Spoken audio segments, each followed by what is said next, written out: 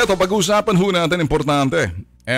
Sabi ho nila, etong traffic sa Metro Manila, kung kinakailangan deklara ng krisis na ho to.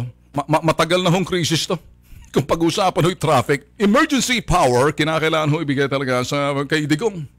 At ito hi may isasakatuparan lamang sakaling kung meron hong dito naman ho pakikipagtulungan ng Kongreso at Senado sa ehekutibo na doon ho pagpapatupad para ma-resolve at mabigyan ng solusyon o maiwasan kung hindi man mabawasan ho yung sinasabi ho nating pagbabastardo at nabuhay bastardo na ho ng ating pamumuhay dito ho sa sinasabing Metro Manila, gawa nga ho ng mga nakaraang namumuno dyan na walang pakialam. Sabi niya, you must be critically discerning.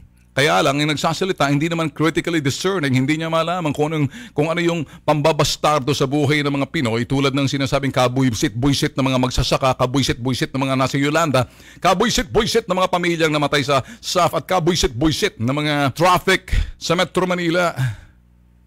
Kung talagang sabi natin, critically discerning ka bilang leader, kung ano yung tinuturo mo sa mga mamamayan or sa mga tauhan mo, ginagawa mo, hindi pwedeng sat-sat ka ng sat-sat, puro ka sat-sat. Look who's talking. Anong mali ho roon?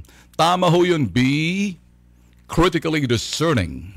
Kung ikaw magsasalita na sasabihin mo, be critically discerning, pagkatapos ikaw naman leader, you're not even critically discerning as to looking at ginagawa ng mga tao mo sa ibaba, tulad ng DOTC kay Pinoy, tulad ng kay Alcala sa agrikultura, tulad ng kay Abad ng pambabastardo nila sa sinasabing DAP-PDAP, doon nagka-leche-leche. At marami pang iba. Ito ang ating sasabihin ng traffic ho kasi sa Metro Manila. Importante mga bossing, mabigyan ng emergency power yung ating ehekutibo, dyan ho sa pangunguna ho ng ating presidente. Kaya lang ito ho, kung talagang bibigyan siya ng sinasabing emergency power, na which I believe, ganun din ho, na may karapatan ho, at hindi lang ho dyan, kasama ho yan sa klaw ho ng pagiging presidente mo, mabigyan ka ng emergency power kung idedeklarang krisis ang traffic sa Metro Manila, 2.5 billion pesos. Ang nawawala ho, araw-araw, kapag hindi ho nalutas, kapag hindi ho nabawasan ang traffic ho sa Metro Manila. Kaya pag binigyan ho ng emergency power si Digong, kinakailangan ho yan sa tulong ho ng sinasabi ho nating mga nasa Kongreso at Senado. Nang sa ganon mga bossing, malayang makapagdesisyon at yung mga kontrata kinakailangan silipin. Tingnan ng maigi kung anong problema dito sa sektor ho na kinakailangan na infrastructure for the transportation, and doon ho sa sinasabing madadaanan ho ng kung anumang traffic. Kaya kung yun ho'y talagang aayusin, marami yun dapat ayusin. Emergency power na mayroon hong sasabing kinakailangan 2 taon lang yan.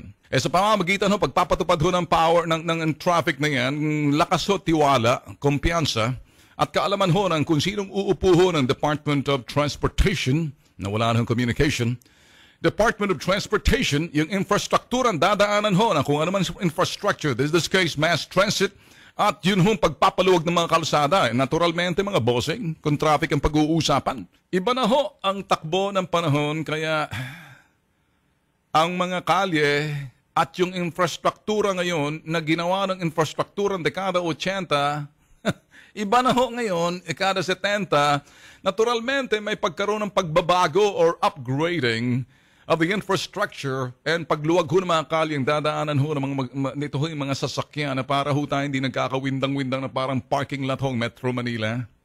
Kaya emergency power mga bossing, mahalaga ho yan para iyan may solusyonan. Kung sabat, may mga nagsasabing, abay, kami nasa Kongreso, trabaho namin ang fiscalizing. Trabaho namin talagang sinasabing check and balance. Yeah, you can go ahead and do that.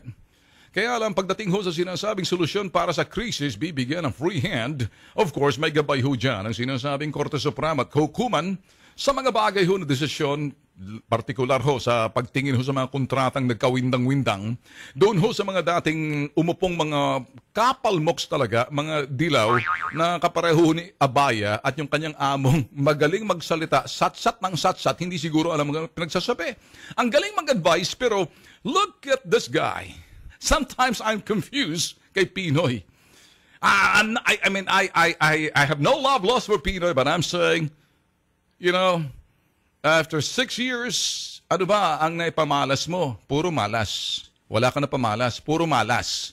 Puro buisit sa buhay ng Pinoy. Kaya ngayon, eto ho, salamat sa social media, salamat na yung mga tao na naging critically discerning, naging critical ho sa paghihimay-himay ng issue at nakakaintindi. Salamat sa social media.